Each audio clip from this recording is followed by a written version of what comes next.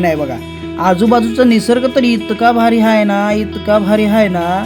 तुम्ही तिथं गेला का नाही, तुमचा हात आपोआप तुमच्या खिशात जाईल, खिशातनं मोबाईल काढेल आणि 4-5 सेल्फी नाही काढले तर नाव सांगणार नाही भाल्या. इतकं चॅलेंज आहे आपलं.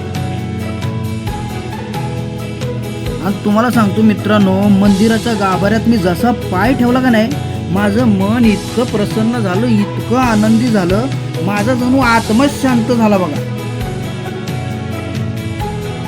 आणि मंदिराच्या आतमध्ये तर इतकं भारी नक्षीकाम केलं आहे, इतकं भारी नक्षीकाम केलं आहे ना, की तुम्ही बघूनच तुमच्या तोंडातून आपोआप निघल वा.